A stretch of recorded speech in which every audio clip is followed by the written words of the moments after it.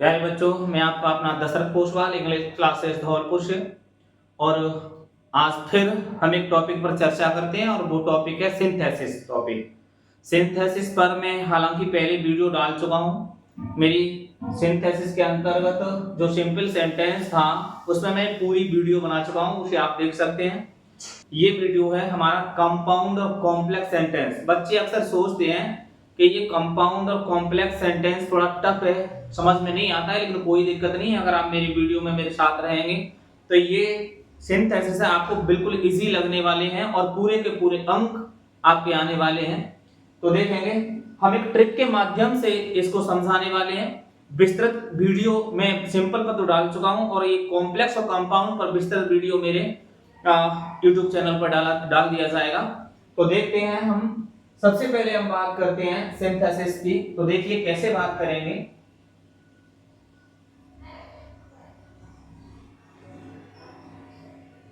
Synthesis ये सारा detail रूप से मैं आपको समझा चुका हूं बच्चों, लेकिन अब तो सिर्फ हम बात करने वाले हैं कि अगर परीक्षा में ये टॉपिक हमारा आ जाता है सिंथेसिस का, तो किस तरीके से हमारे आपके 2 अंक आएंगे। हम उस पर अब काम करने वाले हैं आज। तो हम यहाँ पर फिर तीनों को समझेंगे, सिंपल सेंटेंस को भी, कंपाउंड को भी और कॉम्प्लेक्स सेंटेंस को। बच्चे अक्सर सोचते रहते हैं कि बच्चे ये कंफ्यूज हो जाते हैं किस तरीके से हम सिंपल में यूज करना है, कैसे हमें कंपाउंड में यूज करना है, कैसे हमें कॉम्प्लेक्स सेंटेंस में यूज करना है। तो डरने की कोई बात नहीं है प्यारे बच्चों। यहाँ पर मैं आपके लिए एक ऐसी ट्रिक लाया हूं कि सिंथेसिस को आप सेकंड में, एक पल में क्या कर सकते हो, हल कर सकते हो। तो आप बने रहिए मेरे साथ इस वीडियो के माध्यम से। यदि आप मेरे चैनल पर नए हैं तो मेरे चैनल दशरथ पोसवाल 5790 को सब्सक्राइब करो। मेरी जितनी भी वीडियो आती हैं उनको लाइक, कमेंट और शेयर जरूर किया करें ताकि मेरी हर वीडियो आपके पास पहुंचती रहे। तो देखेंगे हम ये तीनों चीजों को समझाने वाला हूं मैं यहाँ पर एक सेंटेंस देता हूं कि राम सॉ अ लॉयन। ध्यान रखना, जरा ध्यान से देखेंगे। Full stop, he climbed, he climbed on a tree।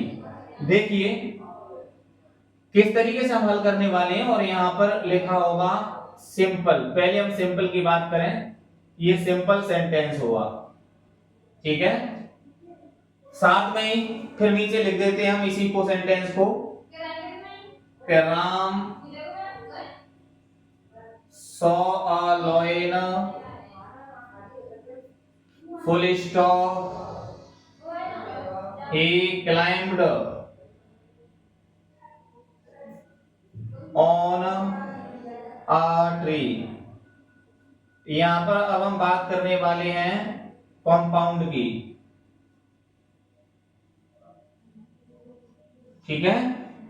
अब तीसरा हम बात करते हैं, Ram saw a lion, full stop, he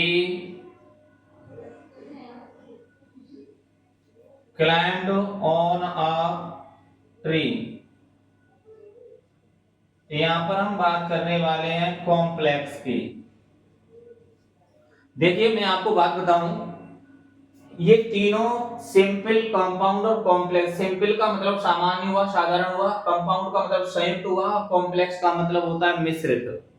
तो मैं इन तीनों में से बात करूं तो ये जो सिंपल सेंटेंस है ना, जो पहले वाला जिसकी मैंने पूरी वीडियो आपके लिए डाल दी है, ये थोड़ा टफ होता है। टफ क्यों होता है? क्योंकि इसमें बहुत सारे रूल्स हैं जो मैंने आपको विस्तृत रूप से समझा दिए हैं।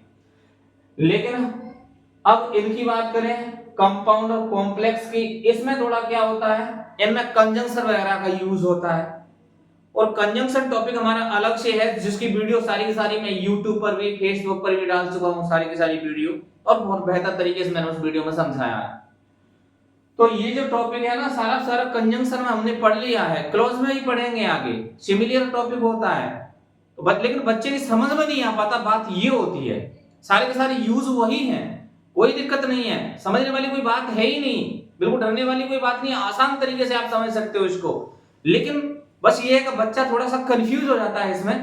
हालांकि ये सारी चीजें हैं हम कंजंक्शन में ऑलरेडी टॉपिक में पढ़ चुके हैं और आगे फिर क्लॉज में भी पढ़ते हैं, क्लॉज में भी पढ़ेंगे हम सारी चीजें। चलो कोई बात नहीं है, हम समझते हैं। पहले देखो सिंपल सेंटेंस क्या होता है, इसमें मैंने आपको बताया था दो या दो से अधिक सिंपल सेंटेंस को मिलाकर के एक सिंपल सेंटेंस बनाना। इसकी अगर हम बात करें तो दो या दो से अधिक सिंपल सेंटेंस को मिलाकर के एक कंपाउंड सेंटेंस बनाना, और दो या दो से अधिक सिंपल सेंटेंस को मिलाकर के एक कॉम्प्लेक्स सेंटेंस बनाना। देखेंगे कैसे।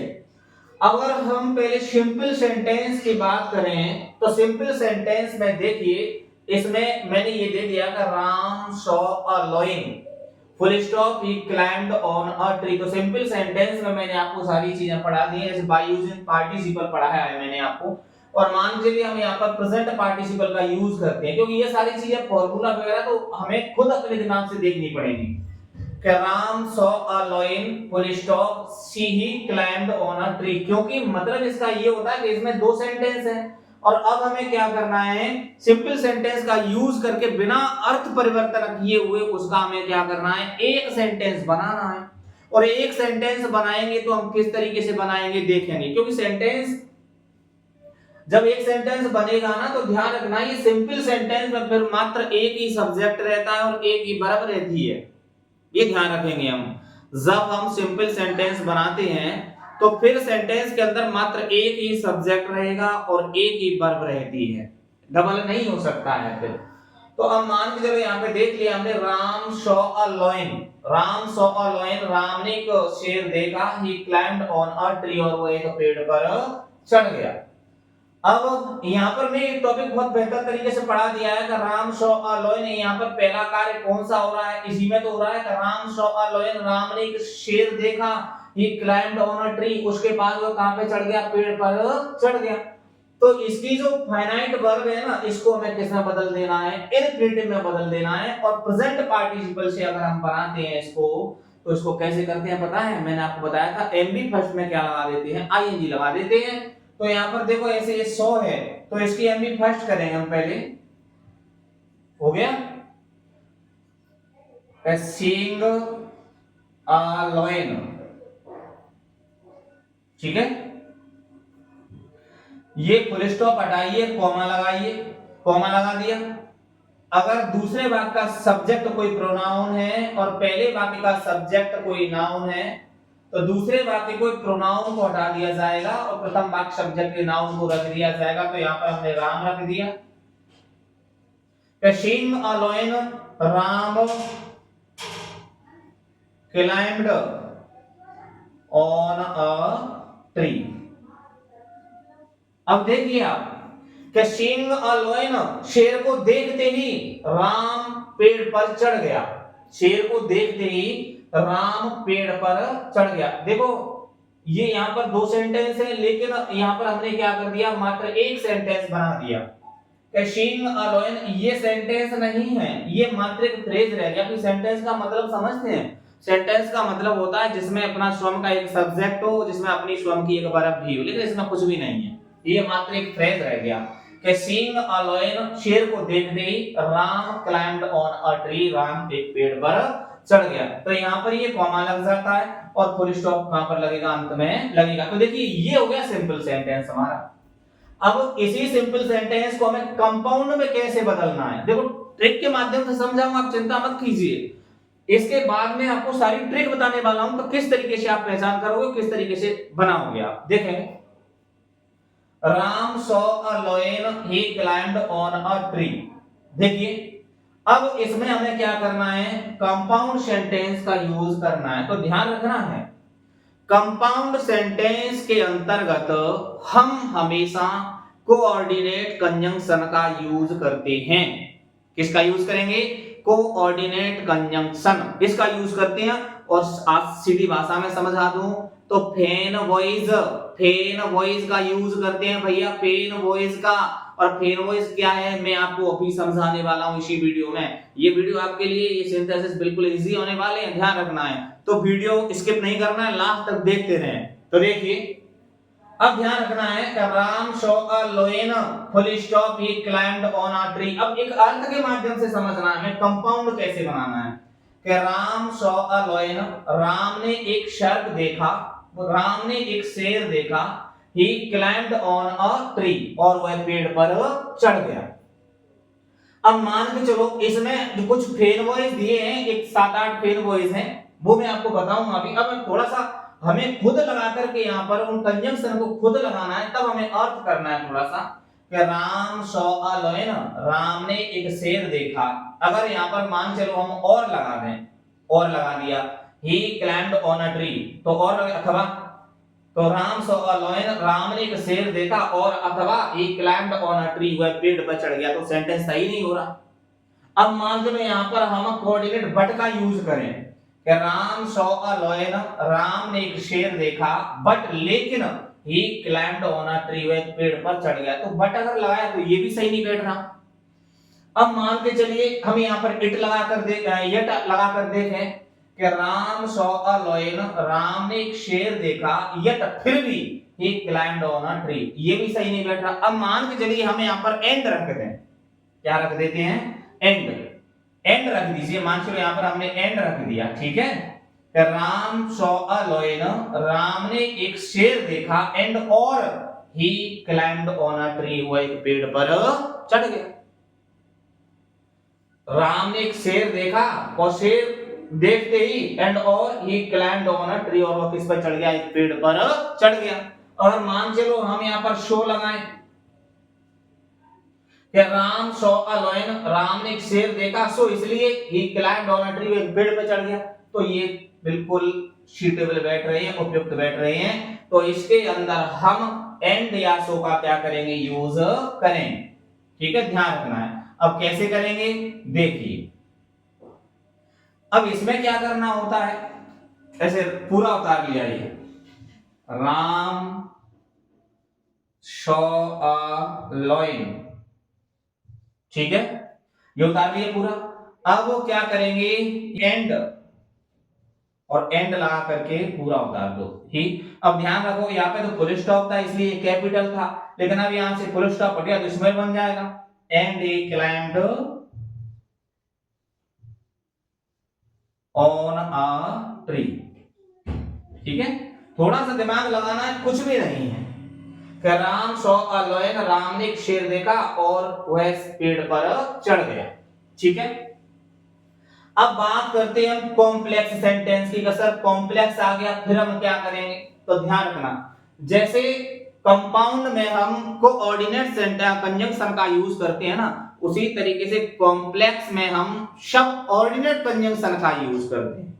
इसका सब ऑर्डिनेट, ये सारे कंजंक्शन में पढ़ा चुका हूं आपको, सब ऑर्डिनेट। अब देखो इसको हम मान चलो कॉम्प्लेक्स में बनाते हैं। अब कॉम्प्लेक्स में बनाएंगे तो कोई सा भी एक सबऑर्डिनेट कंजंक्शन ले लेते हैं। मान चलो कि Ram saw a lion, Ram ने एक शेर देखा, full stop, he climbed on a tree. मान चलो हमें यहां पर एज लगा देते हैं कि as Ram saw a lion, ठीक है, कॉमा लगा दो,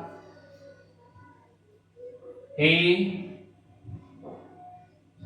climbed on a tree।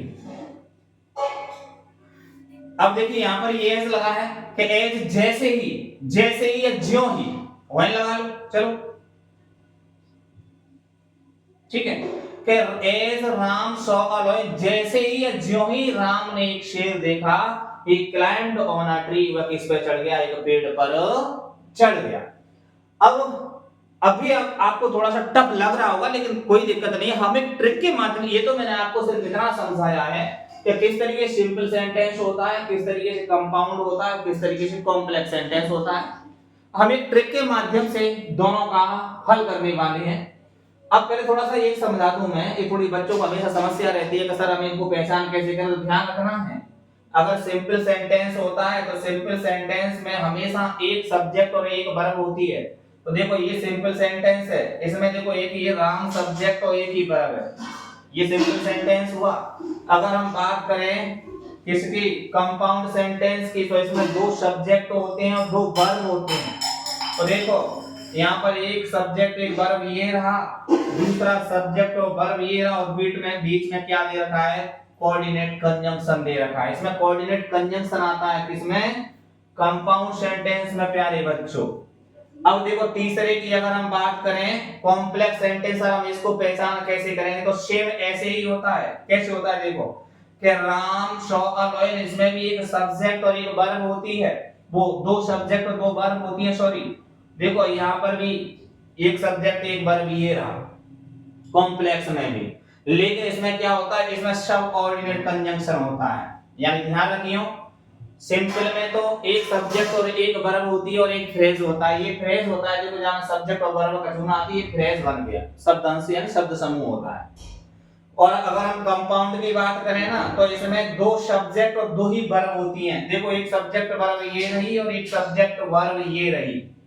अगर हम कॉम्प्लेक्स की बात करें तो इसमें भी दो सब्जेक्ट और दो वर्ब होती है। तो देख लीजिए एक सब्जेक्ट और वर्ब ये रही और एक सब्जेक्ट और वर्ब ये रही। और इसमें हम सबऑर्डिनेट कंजंक्शन का यूज करते हैं और कंपाउंड में हम कोऑर्डिनेट कंजंक्शन का यूज करते हैं। ठीक है, ये तो समझ में आ गया होगा। चलो अब हम एक ट्रिक के माध्यम से आपको इनको बहुत बेहतर तरीके से समझाने वाले हैं। अब देखो क्या सिंपल सेंटेंस तो मैं आपको पहली वीडियो में पढ़ा चुका हूं। अब हम बात करने वाले हैं कंपाउंड की और कॉम्प्लेक्स की। हालांकि ये सबसे सिंपल से भी इजी है, लेकिन सिंपल का मैंने पूरा वीडियो बहुत बेहतर तरीके से आपके लिए डाल दिया है। और आज हम बात करते हैं कंपाउंड और कॉम्प्लेक्स की। ठीक है, मान के चलो सबसे पहले हम कंपाउंड की बात करते हैं। कंपाउंड सेंटेंस, इसकी बात करते हैं हम आपसे। तो देखो एक ट्रिक समझाऊं आपको अच्छे तरीके से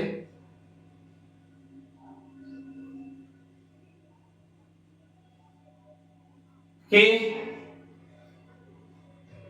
दोनों सेंटेंसेस में से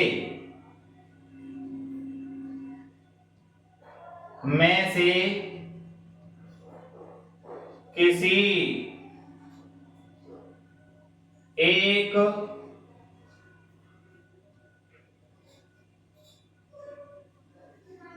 सेंटेंस में एक सेंटेंस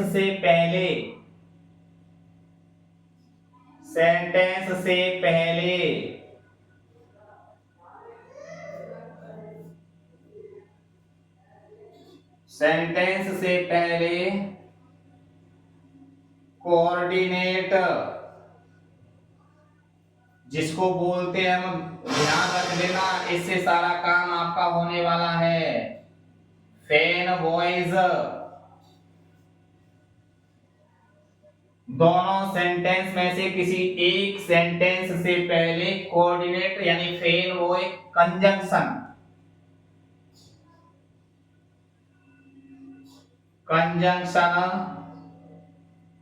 लगाना पड़ता है।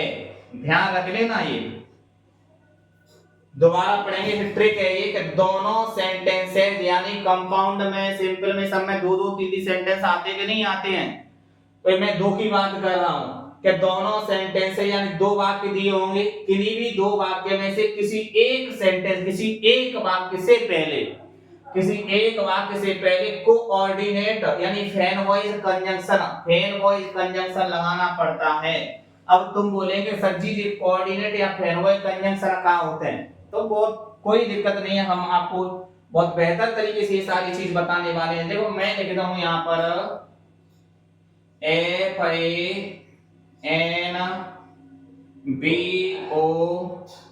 FANBO और S।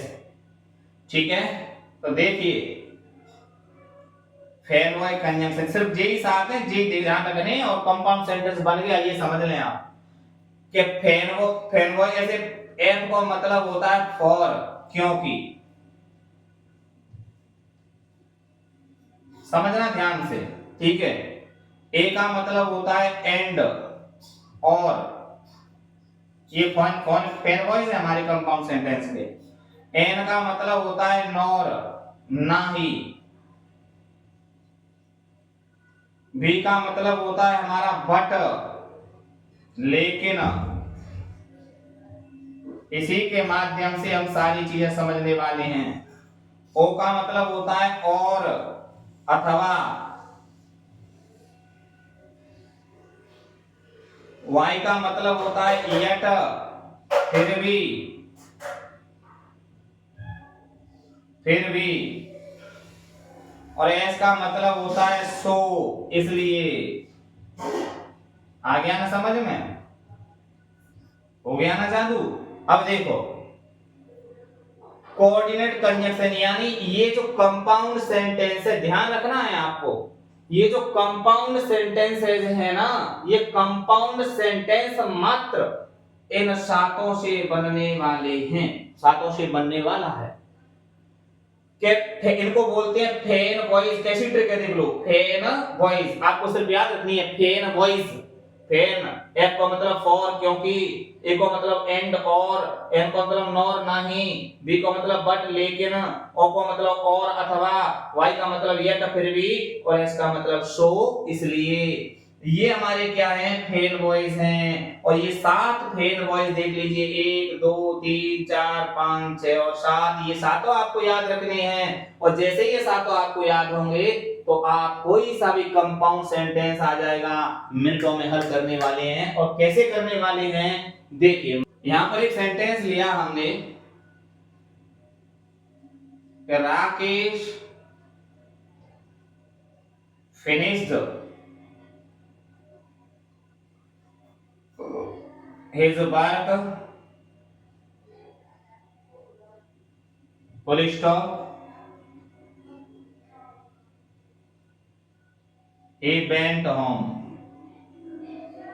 और यहां पर लिख देता हूं मैं कंपाउंड,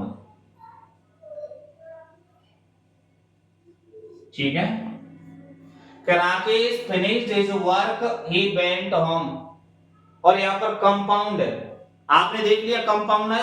कंपाउंड आते ही अपने दिमाग में लाके लेके आइए फेन बॉयज। और फेन बॉयज में साथ हैं, सातों लगा के देखो तुम अर्थ करके। Rakesh finished his work, Rakesh ने अपना काम समाप्त किया। ही वेंट होम, और सबसे पहले फेन बॉयज में फॉर है, तो फॉर का मतलब क्योंकि, तो अर्थ नहीं निकल रहा। राकेश फिनिश्ड हिज वर्क, और इसके बाद आप लगाइए फेन बॉयज में and. Rakesh finished his work, Rakesh ने अपना काम समाप्त किया।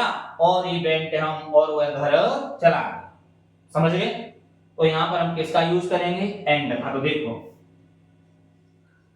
राकेश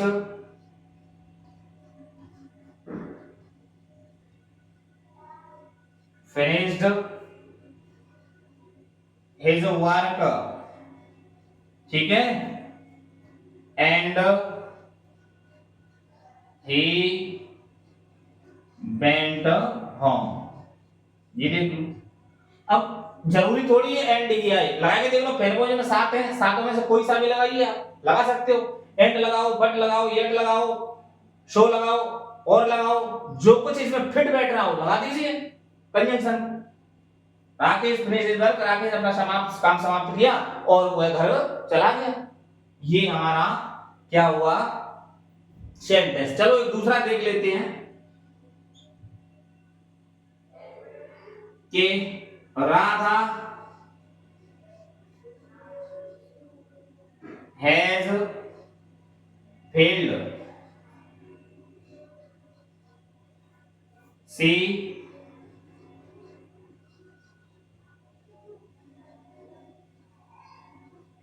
डिसअपॉइंटेड।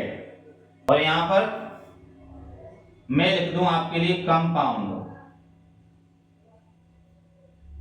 ठीक है। कि Radha has failed, Radha fail हो गई। सी डिसअपॉइंटेड, वह निराश हो गई या निराश थी। अब साथ ही तो है, फेल हुआ, साथ में लगाए देखो कि राधा हैज फेल्ड, राधा असफल हुई या फेल हो गई। एंड और सी डिसअपॉइंटेड, वह निराश हो गई। नहीं, कोई सही नहीं बैठ रही। तो Radha has failed, Radha fail हुई, और अब और लगाओ अथवा सी डिसअपॉइंटेड, सही नहीं है। राधा हैज फेल्ड, यहां पे सो लगा के देखो कि Radha has failed, Radha fail हो गई, सो इसलिए शी डिसअपॉइंटेड, वह क्या हो गई, निराश हो गई। हो गया ना जादू। तो कुछ नहीं करना है, अब हमें क्या करना है, उतार देना है कि राधा हैज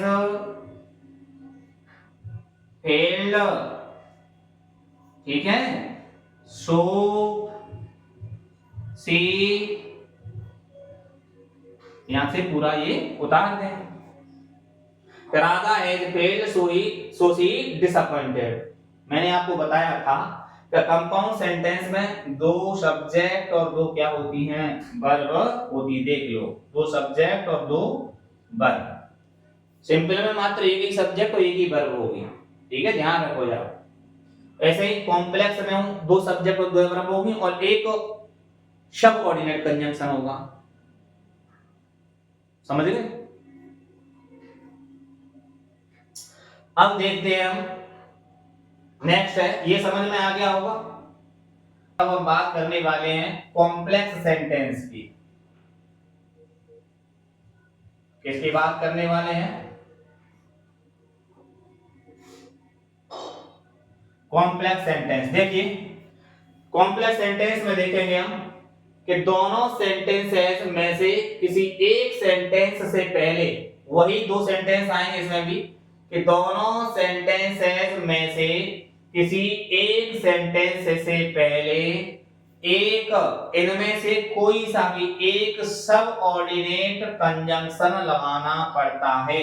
ये सारे के सारे जो कंजंक्शन हैं ये सबऑर्डिनेट कंजंक्शन है। तो कॉम्प्लेक्स सेंटेंस में इनमें से कोई सा भी एक सेंटेंस हमें क्या करना पड़ेगा, लगाना पड़ेगा। कंपाउंड सेंटेंस के लिए मैंने आपको बताया था वो कोऑर्डिनेट कंजंक्शन हुआ करते थे। वो कोऑर्डिनेट कंजंक्शन मुख्यतः मैंने आपको साथ लिखाई है, सिर्फ वही उन्हीं में से यूज करना है अगर कंपाउंड सेंटेंस आ जाता है तो। और अगर कॉम्प्लेक्स सेंटेंस है, सिंपल सेंटेंस बेहतर तरीके समझ में आ गया, कंपाउंड आ गया। अब ये मिश्रित की हम कॉम्प्लेक्स की बात करें तो भैया इनमें मैं जो करना सकती हूँ ये है ही इतने, समझ रहे हैं, ये है ही इतने, लेकिन हम कोशिश पूरी करेंगे। मैं जानता हूं आपका एक भी नंबर नहीं कटेगा अगर थोड़ा सा भी आप समझेंगे तो। ये सभी सबऑर्डिनेट कंजंक्शन है और इन सबऑर्डिनेट कंजंक्शन में से एक कंजंक्शन लगाना पड़ेगा, लेकिन वो कैसे लगाएंगे आप लगाएंगे उसका अर्थ करके। इनमें से जो भी फिट बैठेगा, जैसे देखो हु है, हुज है और हुम है, मान चलो ये है तीन, ये पर्सन के लिए आता है आपको पता है, ये फर्स्ट, ये सेकंड और ये थर्ड, ठीक है। विच है ये वस्तु जानवर के लिए आता है, व्हेन जैसे ये समय के लिए आता है, बिकॉज ये कोई रीजन हो, कारण हो तब आता है, एक ये कंडीशन हो तब आता है, कंडीशन कोई होती है, ठीक है। दैट के या क्योंकि के अर्थ में आता है, दो ऑल्दो यद्यपि या फिर भी के अर्थ में ये आता है। वेयर अगर स्थान से संबंधित कोई है सेंटेंस तो वेयर आता है। तो इस तरीके से बिफोर आफ्टर ये समय के लिए आते हैं, टिल तक ये नेगेटिव अर्थ में आता है, एज सून एज जैसे ही, ज्यों ही, so long as, even if, so that ताकि। तो ये ध्यान रखना है, थोड़ा सा हमें अर्थ देखना है इनका, कुछ नहीं है, कोई दिक्कत नहीं आएगी, आप तुरंत बना दोगे इनको। अब देखें उनमें कंपाउंड सेंटेंस के अंतर्गत हम क्या करते थे, एक कोऑर्डिनेट सेंटेंस कंजंक्शन का यूज करते थे किसी भी एक सेंटेंस से पहले, और इसमें किसी भी एक सेंटेंस से पहले भैया हम कहीं को यूज करेंगे एक सबऑर्डिनेट कंजंक्शन को यूज करेंगे। और ये सबऑर्डिनेट कंजंक्शन कैसे करेंगे कि एक सेंटेंस देखें, यहां पर हम लिखें Radha failed, full stop, C didn't read, ठीक है। और यहां पर लिखा हुआ आ गया कॉम्प्लेक्स,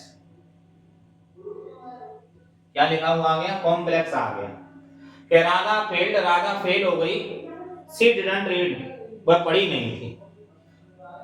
अब राधा फेल्ड, राधा फेल हो गई, वाई क्यों हुई, क्योंकि वह पढ़ी नहीं, क्योंकि वह पढ़ी नहीं, सीधो को सीधो आया वर्ड, बिकॉज पहले दे रखा है, बिकॉज क्योंकि कि Radha failed because she didn't read. थोड़ा सा इसका अर्थ करना है, थोड़ा सा अर्थ करके समझना है हमें। बेसातन तो छोड़ दो आप, फेन बॉयज है वो कंजंक्शन छोड़ दीजिए, ये सबऑर्डिनेट कंजंक्शन में थे। आप थोड़ा सा अर्थ करेंगे तो देखो सेंटेंस देखेंगे इसे, राधा फेल्ड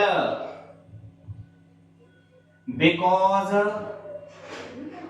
मैंने बताया नहीं, किसी भी एक सेंटेंस से पहले क्या करेंगे हम, कंजंक्शन यूज करेंगे, या सेंटेंस से पहले कंजंक्शन यूज कर लो, because she didn't read. Radha किस लिए फेल हुई, क्योंकि वह पढ़ी नहीं थी। राधा इसलिए फेल हुई क्योंकि वह पढ़ी नहीं थी, इसलिए हमने बिकॉज सबऑर्डिनेट कंजंक्शन का यूज किया। ठीक है, दूसरा सेंटेंस देखो कि you work hard, full stop, you will get success। ठीक है, और यहां पर लिख दिया कॉम्प्लेक्स। कॉम्प्लेक्स देखो कि यू वर्क हार्ड, तुम कठोर मेहनत करते, यू विल गेट सक्सेस, तो तुम पास हो जाओगे। आप कठोर मेहनत करें, आप पास हो जाओगे। कि you work hard you will get success, condition दे रहा है इसमें। क्या दे रहा है, कंडीशन, यानी कंडीशनल सेंटेंस। कौन से हो गए, कंडीशनल सेंटेंस। तो कंडीशनल सेंटेंस में किसका यूज करते हैं, इफ का। तो यहाँ पे शुरुआत में लगाए तो कंजंक्शन, इसमें ये सबऑर्डिनेट कंजंक्शन तो कहीं भी लग सकता है कि इफ यू वर्क हार्ड, यदि आप कठोर मेहनत करेंगे या करते तो यू विल गेट सक्सेस, तुम पास हो जाओगे। तो आशा करता हूं आपकी समझ में टॉपिक आ गया होगा। फिर भी अगर आपको किसी भी तरीके से कोई समस्या तो आप मुझे पूछ सकते हैं। यानी ध्यान रखना है आपको कि कंपाउंड सेंटेंस मैंने आपको फेन वॉइस बता दिया, 7 है, उन्हीं में से यूज करेंगे। और अगर कॉम्प्लेक्स सेंटेंस की बात करें तो सबऑर्डिनेट कंजंक्शन मैंने आपको बता दिए, ये सबऑर्डिनेट कंजंक्शन है। सिर्फ आपको ये देखना है, थोड़ा सा सेंटेंस का हिंदी अनुवाद करना है, और हिंदी अनुवाद करने के बाद जैसे सेंटेंस फिट बैठे उस कंजंक्शन को क्या करना है, आप उस कंजंक्शन को किसी भी एक सेंटेंस से पहले क्या कर देना है, लगा देना है। आशा करता हूं वीडियो समझ में आ गया होगा। और पूरा वीडियो देखने के लिए आप मेरा YouTube channel Dashrath Poswal 57 number पर जाएं और मेरी जितनी भी वीडियो उनको लाइक, कमेंट और शेयर किया करें, ताकि मेरी हर वीडियो आपके पास पहुंचती रहे। आगे की वीडियो जल्दी आने वाली है। धन्यवाद।